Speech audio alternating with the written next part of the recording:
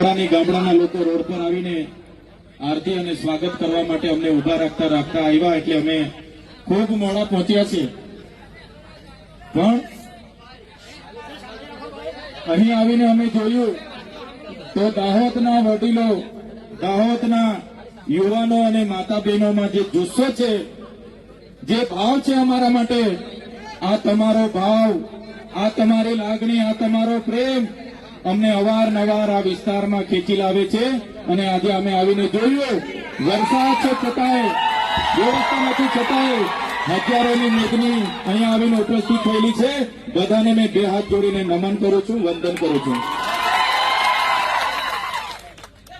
દાહોદની પ્રજા એટલે આખા રાજ્યમાં, આખા દેશમાં દાહોદનું નામ આવે એટલે જે ઇમારતો છે, એ ચાહે વિધાનસભાની ઇમારત હોય, એ ચાહે સચિવાલયની ઇમારત હોય, એ ચાહે હાઈકોર્ટની ઇમારત હોય, જે પણ ઇમારતો, જે પણ ભવનો, જે પણ આવાસો, જે પણ આજે વિકાસના નામે ગુજરાતમાં બન્યા છે, એના પાયામાં દાહોદના લોકોનો પરસેવો છે। અને એ દાહોદના લોકોને મારી